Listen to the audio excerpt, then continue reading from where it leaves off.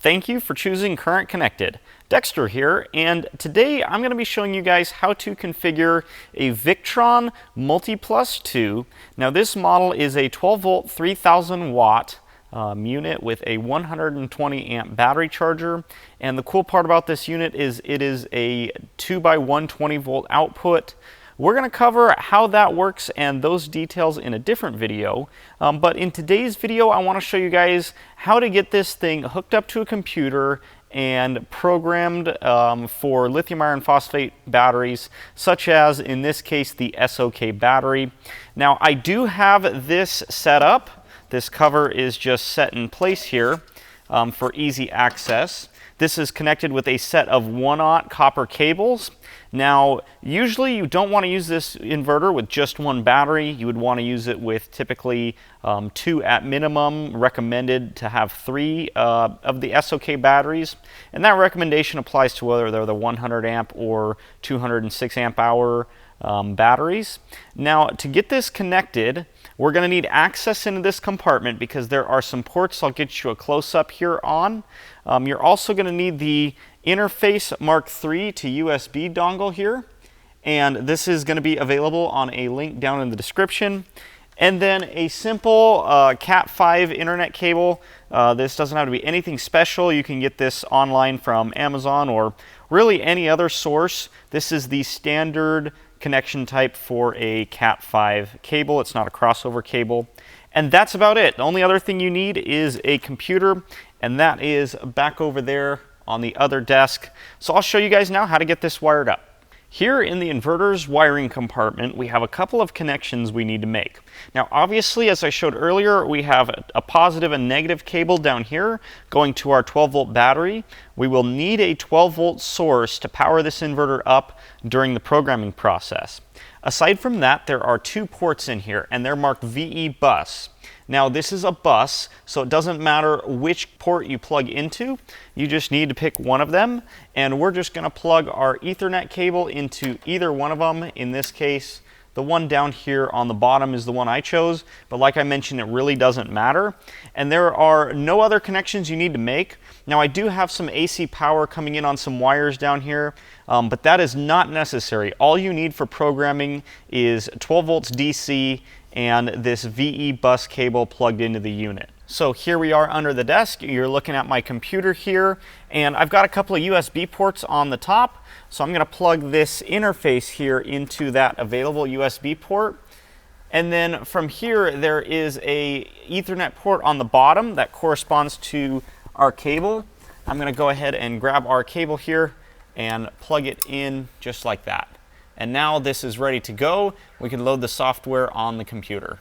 Once you're into the computer, you're going to want to go onto the VictronEnergy.com website. You can either click our link down in the description or just head on over to VictronEnergy.com, and then you're going to go to this Downloads tab here in the top corner. From there, you're going to want to scroll down and go to this area where it says VE Configuration Tools for VE Bus Products. Click on this one right here that says VE Configuration Tools. And from there, you're going to need to select a place to save that. In this case, I'm going to save it on my desktop. And after it downloads, you can navigate to where you saved that file.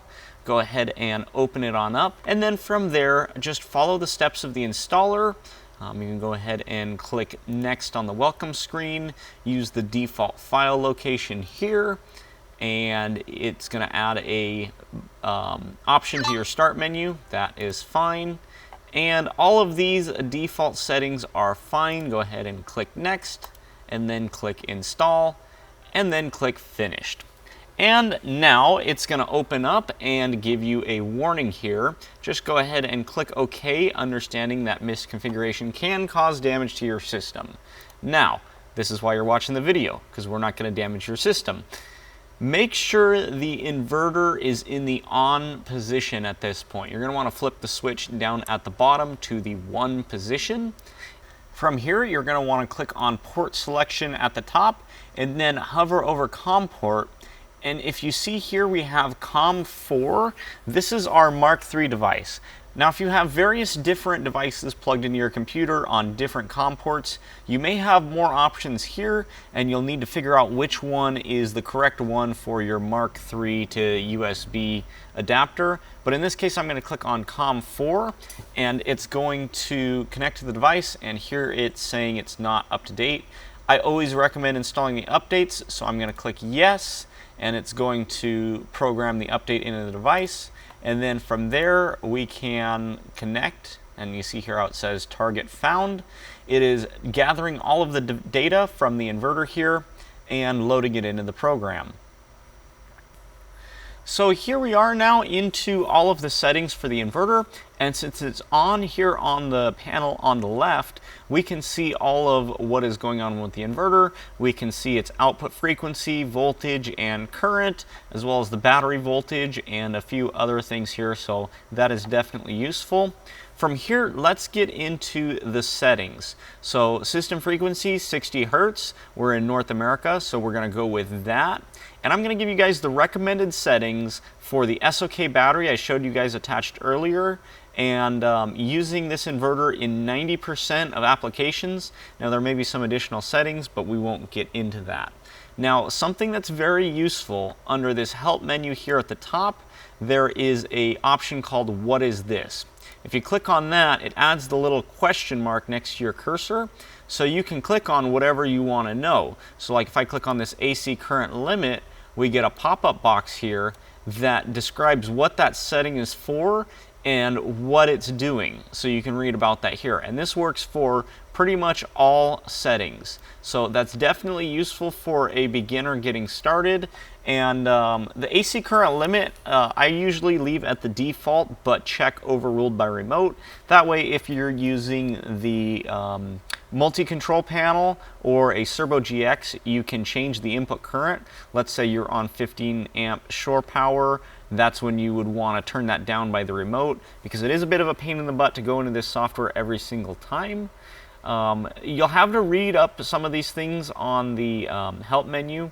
For example, like this dynamic current limiter, if you look at this, it gives you a full explanation here. I recommend turning on the dynamic current limiter, leaving external current sensor connected unchecked, and this enable battery monitor unchecked, because we're just using this with the SOK battery. Then under grid, we're going to leave the majority of this alone. So like we're not feeding any power into the grid. In this case, the inverter is going to go into an RV. And these voltage ratings are pretty good. And aside from that, yeah, we can continue on to the inverter tab.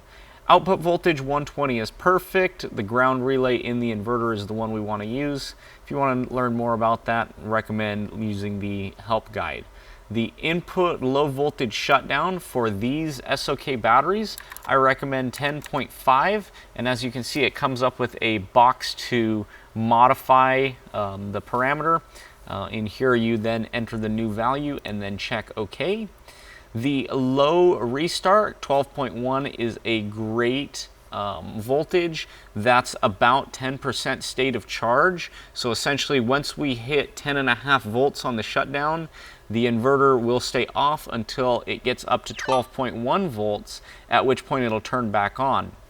And then there is this one right here that says pre-alarm. This is where it's going to alert you that the batteries are getting low with the red light on the front panel. And that, again, 12.1 is perfect. The rest of the settings here are fine. You don't want to turn on AES. That's a way to save power by changing the output sine wave of the inverter. Really not very good for RV situations. It can cause some very strange behavior. Then we get into one that's very important, the charger profile. And the first setting you want to do here is check lithium batteries. And it's going to go into the default setting and get most stuff set up right, but not everything. So from there, I then go in and adjust the parameters. And for the SOK batteries, I recommend an absorption voltage of 14.6 volts, like so, and a float voltage of 13.8 volts. Now the reason I recommend these voltages are because if you don't go up to 14.6 volts, you won't have very accurate cell balance. The BMS can't do its job with balancing the cells. And then the float voltage, I recommend 13.8 because once you charge up to 14.6 volts, if you were to totally disconnect the charger, the battery would drop down to 13.8 volts. And that's where it would sit until you drain from it. Now, if you used a lower float voltage and you had other equipment on, like in the RV or something like that, it would start discharging the batteries. So I recommend float voltage of 13.8 so that if you have any other DC loads pulling from the battery, it's actually going to come from shore or generator power first before coming from the batteries and discharging them when you'd think they'd be charged. And in this case, I only have one SOK battery and its maximum charge current is 50 amps. So I'm going to change that to 50. However, if you're using these same SOKs, it would be 50 amps times the number of batteries. So if you're using 3 of them, you can go up to 150 amps. Now this unit maxes at 120, so you'd set it at 120, but that would be fine. For lithium batteries, I don't recommend much absorption time. This is repeated absorption time, so essentially every 7 days, as you see here, it's going to do another, it's going to start the charge over for that repeated absorption, and it's going to run for 1 hour. Now this is the default. The lowest you can set this is to 0.25 hours, so 15 minutes. And that's what I recommend because you really don't need additional absorption with lithium batteries. And the absorption time here, that's the lowest we can go. I usually also recommend a very small amount. Usually these batteries only take about 5 minutes in absorption till they reach their full point. And then from there, the only other thing I recommend turning on, if you have a poor quality generator, like a cheap one from Harbor Freight or nothing very good, turn on this weak AC input setting. Now if you're using something like one of the Honda EU3000s or something like that, you don't need this, but it's definitely something nice for an RV where you may be using poor power quality. This is going to stop nuisance trips. So in other words, the inverter, if it gets below or above a certain voltage or frequency, it's going to disconnect from the input. This widens that range a little bit and makes sure that it's not going to be a pain in the butt. Aside from that, there is virtual switch. We're not going to use this. If you want to get into this, this is very advanced and not in the scope of today's video. And then assistance, again, these are very advanced. I don't recommend touching these unless you know what you're doing. And aside from that, that's about it for setting these inverters up. It's pretty straightforward. From there, click on the Target tab and then click Send Settings. And then for the first programming, I recommend doing all settings. And then from there, if you're changing anything, do the Send What Modified Settings and then click OK. It's going to send it all to the inverter, as you can see here. And then the inverter may reboot depending on the parameters you changed. So as you can see here, it's saying it needs to be reset. Would you like to reset now? I'm going to click Yes. And it's going to turn on and off and restart. And from there, you're pretty much good to go. And one other thing you can do is click this Show VE Bus Monitor, and now you have this panel with lots of great information. And yeah, you're pretty much good to go. Go ahead and turn on AC power, charge your batteries up, give it a shot, see how things go. And if you have any questions, be sure to put them in the comments below.